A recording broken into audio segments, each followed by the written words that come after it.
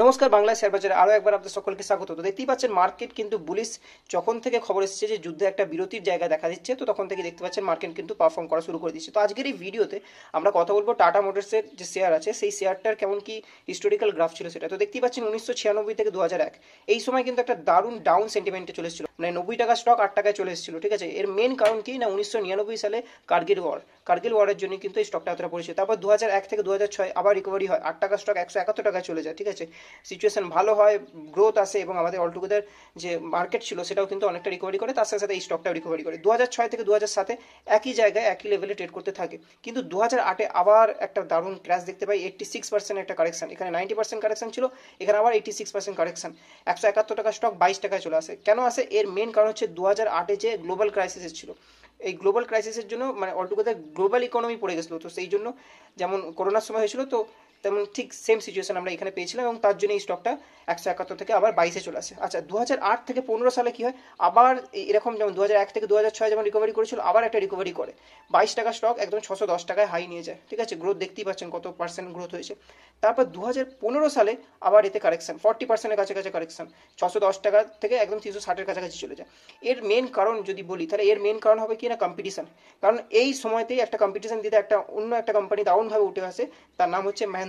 তো মাহিন্দ্রার যে নতুন নতুন গাড়ি স্করপিও, বুলেরো, এগুলো দারুণ সেল হতে থাকে। কারণ প্রথম দিকে যদি আপনারা একটু দেখেন অটোমোবাইল সেক্টরে দুটো কোম্পানি খুব ভালো চলছিল। একটা মারুতি সুজুকির তো প্রচুর সেল হয়, এখনও সেল হয়, ওরা কম টাকায় জিনিসপত্র তৈরি করে, অ্যাফোর্ডেবল জিনিসটা থাকে। তার সাথে সাথে টাটা উঠছিল, কিন্তু টাটাকে টক্কর দিতেই 2014-15 সালে কিন্তু চলে আসে মাহিন্দ্রা। আচ্ছা, 2016 সালে একটা টাটা মোটরসের খুব ভালো খবর আছে কি না, আমাদের এখানে যে সিঙ্গুর নিয়ে একটা যে ঝামেলা চলছিল টাটা ন্যানো নিয়ে, ঠিক আছে, তো সেটা টাটা মোটরসের সাথেই আর কি সুপ্রিম কোর্টে নানান রায় চলছিল। তো সুপ্রিম কোর্ট যে রায়টা দেয় সেটা কিন্তু টাটা মোটরসের পক্ষে যায়, এবং তারপরেই 2016-তে কি হচ্ছে, আবার একটা হাই 600 টাকার কাছাকাছি হাই, মানে হাইয়ে যায় আর কি এই স্টকটা।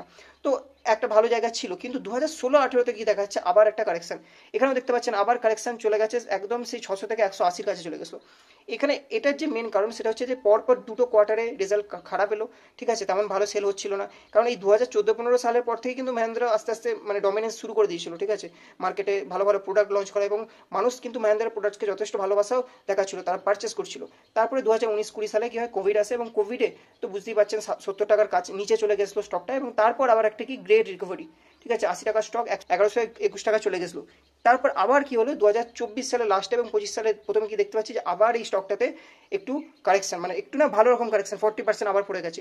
এটার মেন কারণ কিন্তু ওই কোয়ার্টারলি রেজাল্ট খারাপ। এবং আরো বলে রাখবো যে দুদিন আগে যে কোয়ার্টারলি রেজাল্ট আমরা টাটা মোটরসের তরফ থেকে দেখতে পেলাম, সেখানেও যে খুব ভালো কোয়ার্টারলি রেজাল্ট এসেছে সেটা কিন্তু নয়।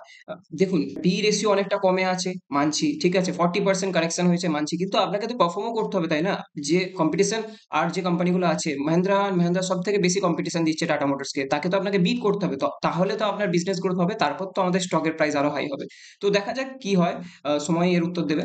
তো কেমন লাগলো এই হিস্টোরিক্যাল গ্রাফ অবশ্যই নিচে কমেন্টে জানাবেন। ভালো থাকবেন, নিজের খেয়াল রাখবেন। ধন্যবাদ।